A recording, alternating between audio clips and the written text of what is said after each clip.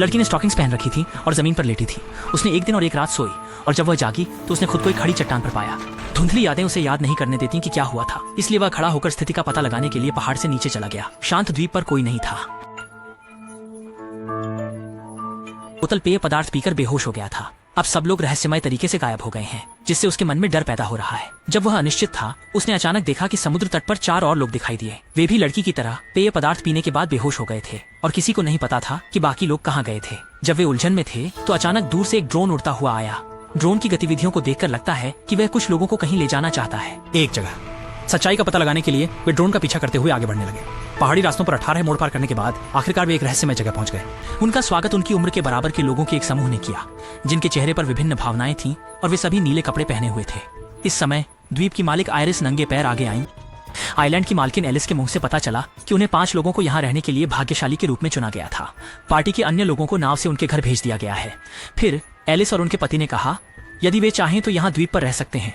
यहाँ एक गर्मशीला घर और खाना उपलब्ध होगा। यदि वे नहीं चाहें, अगर उनका कोई काम है तो कुछ दिनों बाद उन्हें घर वापस भेजने के लिए नाव की व्यवस्था की जाएगी। फिलहाल उन्हें कुछ समय के लिए द्वीप पर रहकर जीवन का अनुभव करना होगा। यहाँ पर उनके जैसे कई दर्जन खुशनसीब लोग हैं। वे सभी पहले पार्टी में भाग लेने के बाद स्वेच्छा से रुके थे। परिचय के बाद उन्हें उनके विशिष्ट केबिन्स में भेज दिया गया। आश्चर्यजनक रूप से अपार्टमेंट में पुरुष और महिलाएं एक साथ रहते थे। सौभाग्य से वे कुछ लोग इसे स्वीकार कर सके। हालांकि कर्ली को संदेह हो रहा था। उसे लगा कि यह द्वीप निश्चित रूप से इतना सरल नहीं है। आधी रात के समय जब सब लोग सो रहे थे, वह चुपके से कमरे से बाहर निकल आया, ये जानने के लिए कि यहाँ आखिर क्या राज छुपा है। पर ज्यादा दूर नहीं चला था कि एक ड्रोन ने उसका रास्ता रोक लिया। असल में उनके हर कदम पर नजर रखी जा रही थी। मजबूर होकर जुआन माओ को अनिच्छा से वापस कमरे में लौटना पड़ा। अगले दिन उन्हें एक स्वास्थ्य परीक्षण कराने के लिए कहा गया, परंतु जुआन माओ ने तुरंत उस प्रस्ताव को ठुकरा दिया। उसने इनकार कर दिया। सावधान, वह कोई भी जोखिम उठाना नहीं चाहता था।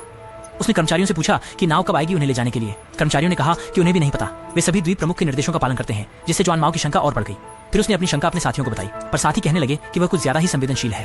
द्वीप प्रमुख का उन्हें यहाँ रखने का क्या मतलब हो सकता है। अंत में कुछ लोग बिना खुशी के बिछड़ गए, क्योंकि द्वीप पर आने से पहले मोबाइल फोन छीन लिया गया था। इसलिए जुआन माओ बाहरी दुनिया से संपर्क नहीं कर सका। जैसे ही वह सीढ़ियों पर बैठकर सोच रहा था, एक ऑफ रोड कार उसके सामने आई, जिससे उसे तुरंत एक विचार आया। दृश्य बदलते ही वह कार चलाने लगा और तेज गति से आगे बढ़ा, लेकिन उसकी हर हरकत पर नजर रखी जा रही थी और जल्द ही कोई कार चलाते हुए उसका पीछा करने आ गया। एक पीछा करने का दृश्य यहीं से शुरू हुआ। तो थोड़ी देर की पीछा करने के बाद जुआन माओ को आखिरकार आसानी से रोक लिया गया। महिला के संदेह के सामने उसने शांत भाव से समझाया कि वह सिर्फ ऑफ रोड कार की शक्ति महसूस करना चाहता था, बस। महिला ने यह सुनकर हल्के से मुस्कुराया। रात को लिसा बुरे सपने से जाग गई। पलटकर देखा तो एक लड़का बाहर उसे घूर रहा था। वह तुरंत उठकर स्थिति देखने के लिए बाहर दौड़ी, लेकिन लड़का तुरंत गायब हो गया।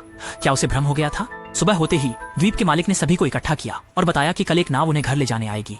विदा होने से पहले उन्होंने विशेष रूप से एक विदाई समारोह आयोजित किया। आज रात एक अविस्मरणीय रात होगी। सभी यह सुनकर बेहद उत्साहित थे। वे जल्दी से अपने कमरे में वापस जाकर तैयार होने लगे। केवल माओ को लगा कि यह बात इतनी सरल नहीं होगी।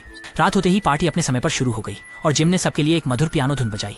जब सभी लोग संगीत का आनंद ले रहे थे तो जुआन माओ अकेला चुपके से निकल गया। कुछ ही समय बाद उसने एक छोटी मालवाहक नाव देखी, जिसने उसे यहाँ से निकलने का एक तरीका सुझाया। वह जल्दी से पार्टी में लौट आया अपने साथियों को ढूंढने के लिए। चीजों ने देखा कि साथियों ने फिर से वह रहस्यमय पेय पी ली जो वे द्वीप पर पहुंचने पर पीते थे। चार्ली अब सुस्त और बेखबर लग रहा था और बाकी साथी भी दूसरों के साथ हंसी मजाक कर रहे थे। कोई चारा न देखकर वह अकेले ही चुपचाप छोटी नाव पर चढ़ गया। वह खुश था कि आखिरकार वह इस जगह से भागने में सक्षम है। तो भूत है जगह। लेकिन जब वह अगली सुबह जागा तो उसने देखा कि उसके साथ रेस लगाने वाली औरत जहाज पर खड़ी है। औरत ने बिना कुछ कहे उसे अपने सामने घुटने टेकने के लिए कहा, जिससे जुआन माओ कुछ हैरान रह गया। लेकिन औरत के हाथ में हथियार देखकर वह मान गया। फिर औरत ने हथियार उसकी तरफ कर दिया।